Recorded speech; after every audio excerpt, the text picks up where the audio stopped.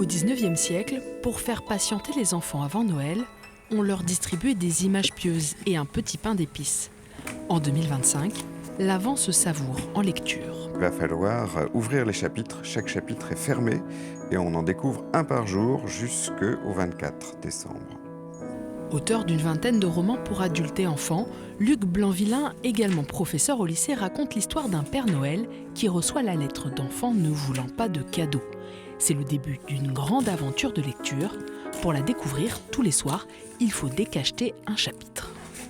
Ne pas savoir ce qu'on va découvrir et puis le côté un peu manuel, le côté un peu bricolage, découpage, ça donne envie vraiment d'accéder au texte et puis d'essayer de le lire. Il y a un effet de surprise qui est stimulant, je pense. Comme la période de vente est limitée, le livre est édité en petite quantité, seulement 22 000 exemplaires. Dans cette librairie de Morlaix, tous ou presque ont été vendus et l'objet interpelle. Ça peut être sympa, encore que on prend un petit risque, on ne sait pas du tout ce qu'il y a à l'intérieur, quoi. Parce que la surprise, elle peut être bonne aussi.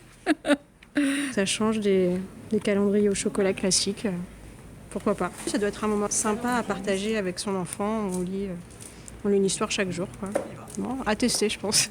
Cette curiosité, les maisons d'édition savent en tirer parti, car le roman de l'Avent ne se limite pas aux histoires pour les jeunes enfants. C'est apparu il y a 1 an et demi, 2 ans à peu près, avec la maison d'édition Ozouf. Et ça a commencé avec la littérature ado, jeune adulte, plus basée sur la romance. Et ça s'est démocratisé en fait, surtout cette année. Avec ces nourritures de l'esprit, pas de risque d'indigestion. Même si des livres seront sous le sapin dans un mois, la lecture est un plaisir qui se consomme sans modération.